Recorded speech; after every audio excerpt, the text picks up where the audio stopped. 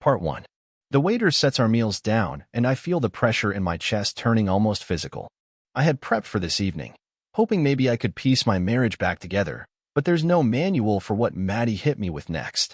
She places her wine glass down gently, the calm in her movement almost chilling, and leans forward. Her green eyes lock with mine. She hesitates, then sits a little straighter. "I'm leaving you." For a moment, everything just stops, sound drops out, time hangs there. I don't move, just give this small, crooked smile. That's the first time all night Maddie's sure look breaks. Her lips part, her eyes flicker, she's thrown. But before she can say another word, the restaurant doors open. I don't even have to turn. Maddie's knuckles turn white on her napkin. The man who walks in is the last person she'd ever want here tonight. He's here for her. Let's back up, though.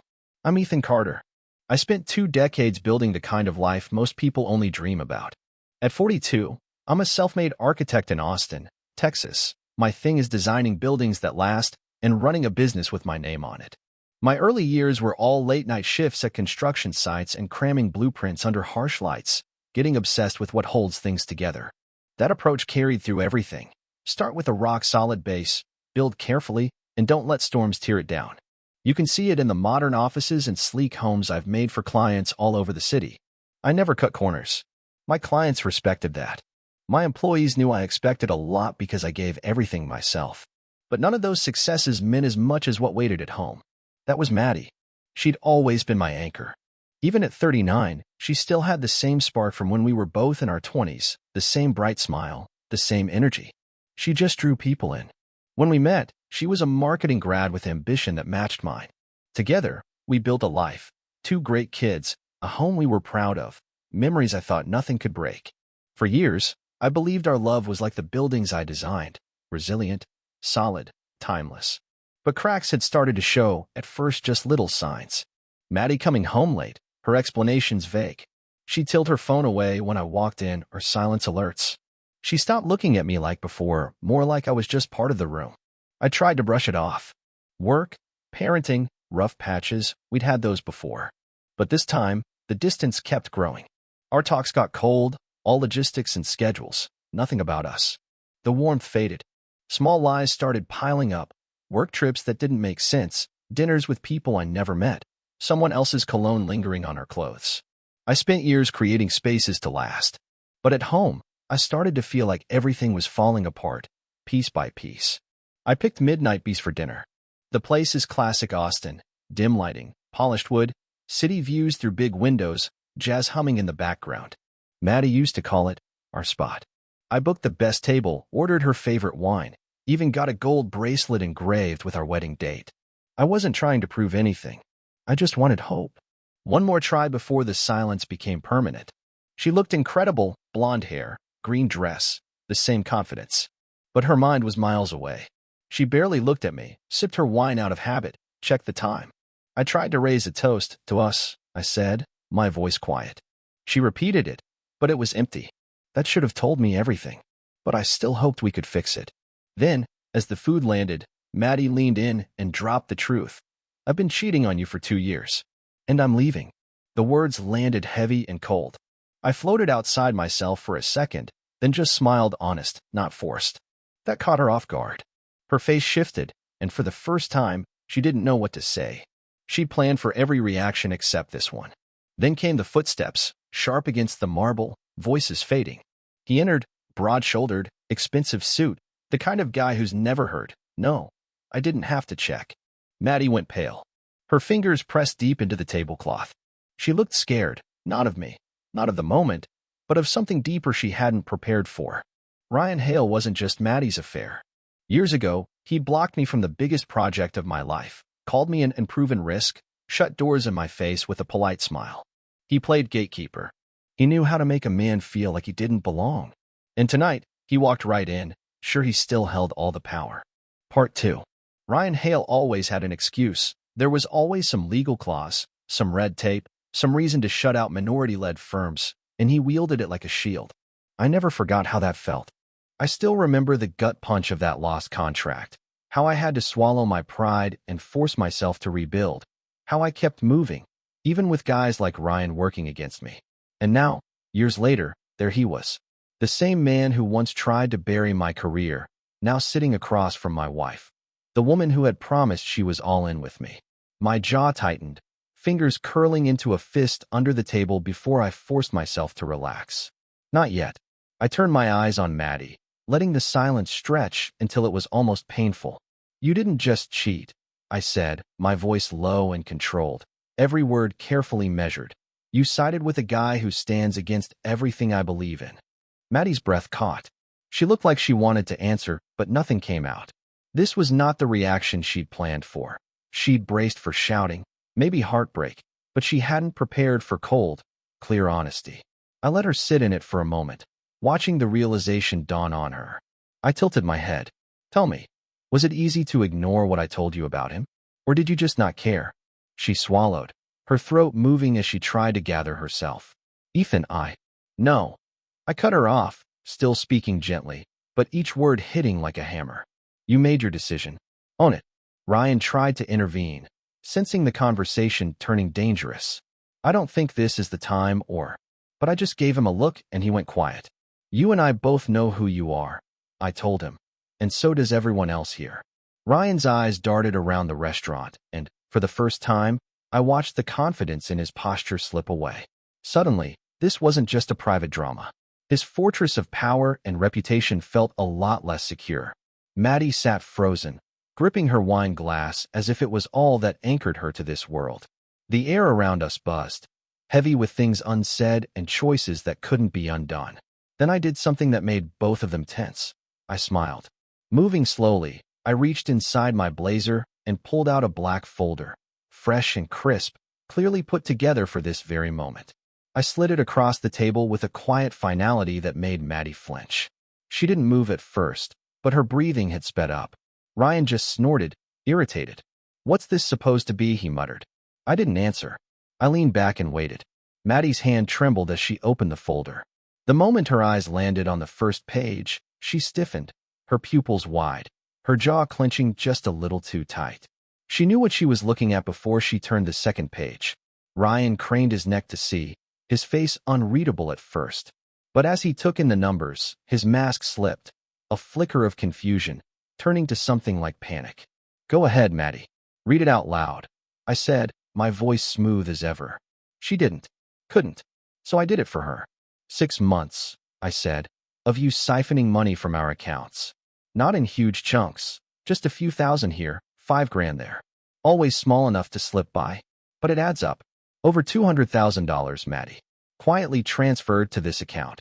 I tapped the page, watching her face twist as she realized she couldn't stop what was happening. An account under Ryan's name. Ryan stiffened. Wait, what? Maddie snapped the folder closed, her voice shaky. Ethan, this isn't what it looks like. I just let out a quiet laugh. Oh, Maddie, it's exactly what it looks like. Ryan yanked the folder back, flipping through the pages, nostrils flaring as the truth hit him. You used my name? What the hell was your plan, Maddie? Drain him and then run off with my money. For the first time, Maddie looked truly scared, way past flustered. No, it's not like that, she pleaded, turning to him. I was going to tell you. Ryan's fist hit the table. Tell me what? That you were setting me up? Waiting for the money to land so you could disappear? I swirled my wine, feeling oddly detached, almost amused. So you didn't know? I said, watching him closely. Interesting. Ryan turned to Maddie, his voice hard. Is that why you kept rushing me? Trying to get me to sign off on everything? Were you planning to vanish the minute it cleared? Maddie's mouth opened, but she had nothing left to say. There was no excuse. I leaned in. You really thought I wouldn't notice, Maddie? But the minute something fell off, I started digging. And once I started, I found everything. Ryan's chair screeched as he stood. Gone was the swagger. Now he just looked like a guy who realized he'd been played. Unbelievable, he muttered. I took a long sip of wine, watching Maddie's desperate glances. But there was nothing left for her to hold on to. The evidence was there in black and white. Then, with a small nod from me, the energy in the restaurant changed. Chairs scraped. People stood up. One guy near the bar, 2 women from separate tables, all moving with purpose. I didn't even turn around. I knew who they were. Joel Parker, my private investigator, ex-cop, sharp-eyed, impossible to rattle, walked up behind me, resting a hand on my chair. The women flanked him, their faces a mix of satisfaction and anger. They weren't just bystanders, they were women Ryan had trampled in the past, whose businesses and lives he'd wrecked for his own gain. Then Charlotte Graves stepped up, a journalist with a reputation for uncovering corruption. She wore her hair pulled back, her eyes cutting through the room. "Didn't expect me here tonight, did you, Ryan?" Her voice carried. Ryan looked for a way out. "I don't know what you think you're doing," he said, voice tight. Joel just chuckled and tossed a thick envelope on the table. "That's everything. Documents, emails, transfers, your entire playbook. It's airtight." Ava Marshall stepped up next. "You destroyed my company," she said, her voice cold. "Because I wouldn't play your game." Natalie joined in. "You blacklisted me, ruined my reputation, all for calling you out." Charlotte cut in, phone in hand. "And it all goes public tonight." Maddie recoiled. "Public?" she whispered. Charlotte smiled. "Oh, Maddie, you're in the story too." Maddie spun to Ryan, panic in her voice. "Ryan, say something." But Ryan was already in survival mode, scanning for exits, calculating his next move. And just like I expected, he turned on her. "This wasn't me," Ryan said, backing away. "I had no idea about the transfers." That was all Maddie. Part 3. Ryan's whole energy shifted. He looked suddenly desperate, almost like he wanted to cut a deal and walk away clean. "Ethan, listen. I think we both know that Maddie..." I stopped him with a cold laugh.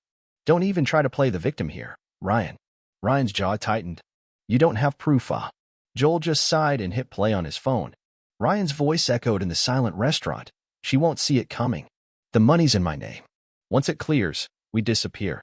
Maddie reeled back, horror dawning on her face. "You." But Ryan snapped at her, mask gone. "Cut it, Maddie. You knew exactly what this was." The room felt like it was holding its breath. I stood slowly, calm as stone, and looked at Maddie, then Ryan, then the mess they'd made. Turning to Charlotte, I said, "Do it." Charlotte tapped her phone, and with a single gesture, the world found out everything. For a heartbeat, silence pressed down. Then a voice cut through. "Mr. Carter?" A young waiter hovered nearby, nervous but determined. "Yeah," I said. He swallowed. "She's been bringing him here for months." His words hit like a slap. I didn't react right away, just absorbed it. Out of the corner of my eye, I saw Maddie tense, taking in a sharp breath. I focused on the waiter. He wouldn't even glance at Maddie. "You sure?" I asked. "Yes, sir." "Same table, always by the window. Late evenings, always the same wine you picked tonight." The sting was sharp. Their affair wasn't just in my life, but in my favorite place, the one I picked for our anniversaries and milestones. Maddie moved like she wanted to reach for me, but thought better of it. "Ethan, I finally looked at her. Whatever she saw made her go quiet. "You couldn't even cheat somewhere else," I said softly, disappointment thick in my voice. Maddie's mouth opened, scrambling for words. "It wasn't." I shook my head. "Don't. I get it now. This wasn't just about lying. You wanted me to find out." I leaned in, my words barely above a whisper. "Maybe you enjoyed it." Her face burned. "That's not true," she whispered, but even she sounded unsure. I just shook my head. "It doesn't matter. It's done. And so are you." The entrance bell chimed. I knew who'd arrived before I turned. The room's atmosphere shifted. Camille Carter, my older sister, walked in like she owned the world. Tall, poised, unshakable, she carried a black portfolio and didn't even glance at Maddie or Ryan. She strode straight to me, rested a hand on my shoulder, then faced Ryan. Ryan tensed, losing his cool. Maddie frowned, suddenly worried. "Camille, what?" Camille ignored her, placed the portfolio down, unzipped it, and slid a thick folder toward Ryan. He hesitated, but opened it. His eyes raced over the pages, and I saw the color drain from his face. Camille nodded. "Read it," she said, voice smooth and deadly. Ryan stayed silent. Maddie leaned in, reading a few lines before recoiling as if slapped. She tried to speak, but nothing came. I let the silence stretch, watching Maddie drown in it. Then I crossed my arms. "Tell me, Maddie, how does it feel to know you were just a pawn?" She gripped the table, face pale. "This isn't real." Camille raised a brow. "It's very real." She flipped to a page and read, "She's useful for now. She thinks she's playing me, but she's just another piece on the board." The words hit Maddie hard. She stared at Ryan, desperate. "Tell me this isn't real." Ryan didn't answer. That was all she needed. She shook, the truth hitting her. She'd never been his equal, just a tool to be tossed aside. Ryan shoved the folder away, jaw set. You think you've won? His voice was bitter. Camille just smiled, cold and unbothered. We're just getting started. Ryan made a move to leave, but Camille blocked his way, voice icy. Sit down. We're not done. For the first time, Ryan was trapped, with nowhere left to run. By dawn, the whole world knew. I woke to a phone buzzing nonstop, messages piling up. Charlotte's article had gone live before sunrise, and by breakfast, it was everywhere. News banners flashed. Ryan Hale exposed in corruption scandal and affair. Maddie's name was everywhere. Fraud, misconduct, scandal. I poured coffee and turned on the news. The anchor's voice was crisp. This morning, Ryan Hale, a prominent attorney, faces allegations of fraud, blackmail, and a 2-year affair with marketing exec Melanie Carter. Footage showed Ryan leaving his office, ignoring reporters' questions. His law firm dropped him within hours, their statement cold and final. Ryan Hale was done. For years, he'd ruined others. Now his world was burning, and lawsuits began instantly. Camille had been ready. By noon, former clients were lining up. Fraud, tampering, everything. Disbarment was nearly certain. Jail wasn't out of the question. Maddie? Her crash was just as spectacular.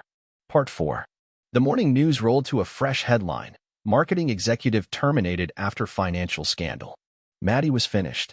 Her company acted fast, firing her and making it public. They wanted everyone to know she'd broken their trust.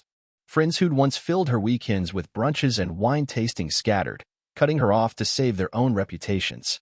She lost it all in one brutal day, her job, her status, even the illusion that she had any control left. I could only imagine her phone lighting up with angry calls from family and unanswered messages from friends who wanted nothing to do with her now.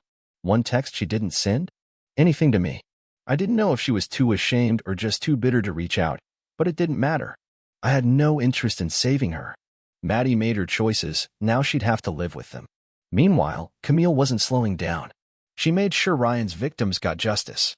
Ava Marshall, whose business Ryan had sabotaged, was rebuilding with Camille's legal help. Nadia Lee, the woman Ryan blacklisted, prepared a lawsuit. Camille's mission was bigger than revenge. It was about making sure men like Ryan never pulled this again. When I turned off the TV, leaning back against the kitchen counter, I felt something I hadn't felt in years. Peace.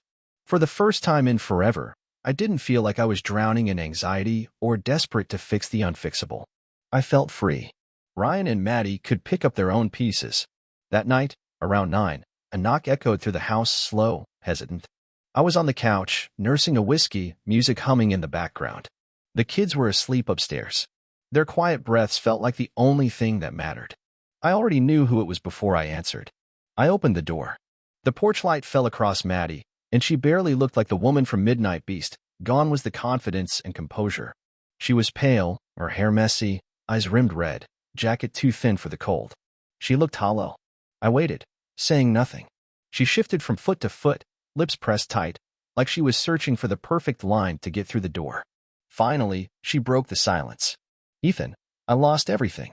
I held the doorknob tighter but kept my face blank. Please, can we talk? She whispered, her voice cracking. I let the words hang in the cold, meaningless. Now, after everything, she wanted to talk. She'd picked Ryan over me, planned to disappear with him and my money, and only showed up when it all crumbled. She hadn't come for forgiveness, just because she had nowhere else to turn. She bit her lip. I wasn't thinking straight, Ethan. I made a mistake. I see that now. Her voice was small, but underneath it I heard that old expectation. If she looked broken enough, I'd let her back in. I chuckled quietly, shaking my head. No, Maddie. Forgetting an anniversary is a mistake. Missing a flight is a mistake. What you did, that was a choice. She flinched. Ethan, You lied to me, I said, voice steady. You stole from me. You humiliated me. You destroyed our family for a man who didn't even care about you.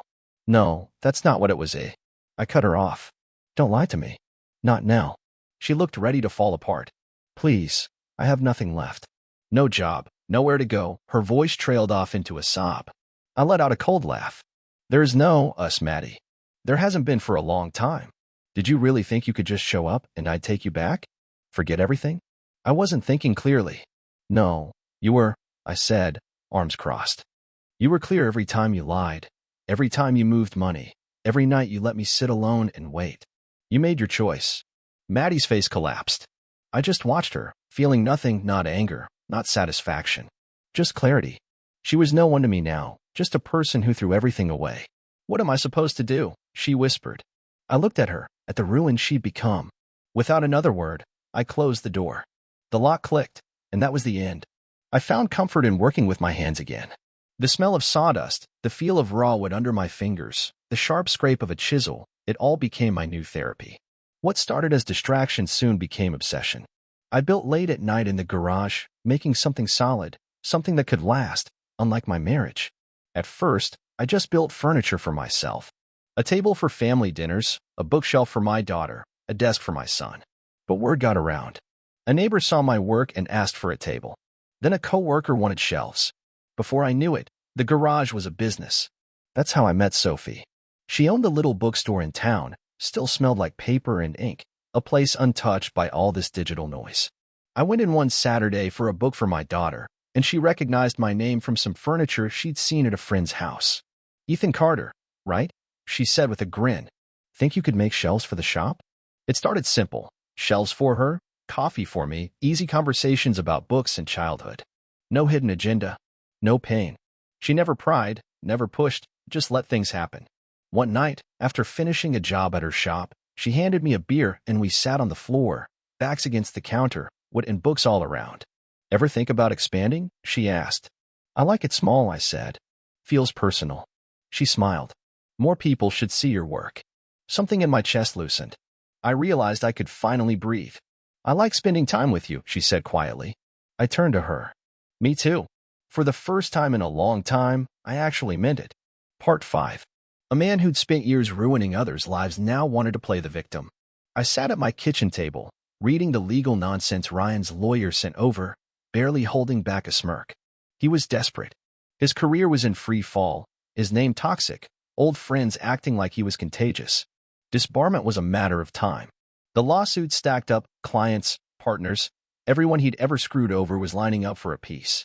Yet somehow, this was the fight he chose. Pathetic. I dropped the papers and called Camille. She picked up right away. Let me guess, she said dryly. Hale finally filed. Of course, I said, exhaling. She laughed, already 10 steps ahead. Biggest mistake of his life. A week later, we were in court. Ryan looked polished, but the desperation showed, sharp suit, perfect hair, but nothing left in his eyes. I walked in calm and ready. The hearing was quick. Ryan's lawyer went on about reputation and some smear campaign, painting Ryan as the victim. Then Camille stood up, calm, confident, and tore it all down in minutes. Emails, phone calls, records, all the proof. She finished by dropping a sealed affidavit on the judge's desk, a witness testifying to Ryan's fraud, tampering, and lies. Silence. Ryan's lawyer tried to protest, but gave up. Ryan went gray. The judge didn't hesitate. Lawsuit dismissed. Ryan's disbarment became official within a day. By the end of the week, he'd vanished, no statements, no fight, just a ghost in his own mess. I never saw him again, and for the first time, I didn't care to look back. Late sun bathed the backyard in gold as laughter rang out. My kids chasing each other under the old oak. My son still fiercely protective of his sister. I sat on the porch, a cold beer in hand, fingers tapping on what I'd built myself. Everything around me, house, yard, even the furniture, was something I'd rebuilt from scratch, something real. Sophie leaned beside me, tea in hand, watching the kids with a soft smile. She didn't replace my past. She just became part of everything good now. For the first time in years, I wasn't looking over my shoulder or haunted by what I'd lost. I finally felt whole. Sophie glanced at me. You're quiet. I shook my head, smiling. Just thinking. She grinned, dangerous. I laughed, looking at her. You ever think the worst things that happen end up putting us right where we belong? She nodded. Yeah, I think about that a lot. I watch my kids, heartful in a way I never thought I'd feel again. Betrayal, I realized, isn't the end. It's just the start of something new. True strength isn't avoiding pain. It's what you build from it. Sophie slipped her hand into mine, and as the sun dipped lower, I knew my best days were ahead. I watched the golden light stretch over the grass, the sound of laughter drifting through the breeze. This life, this moment, was something I'd forged from the ashes. And damn, it felt good to finally be on solid ground. Sophie squeezed my hand and stood, gathering the cups. I'll be inside, she said, giving me that look that said more than words ever could. I watched her go, then turned my eyes to the horizon. My mind wandered through everything, the chaos, the downfall, the ones who thought they were untouchable. Maddie had never recovered, last I heard. She was scraping by on odd jobs, a shadow of the woman who'd thought she was too good for her old life. Ryan was gone, his name a quiet warning, a legend of downfall. In the end, karma caught up, the way it always does. I faced the camera, my voice steady. Ever seen karma in action? I asked, letting it hang. Drop your wildest karma stories in the comments. As the screen faded to black, the last words lingered. Strength isn't about avoiding pain, it's about rising from it. The past can break you, or it can build you. The choice is yours.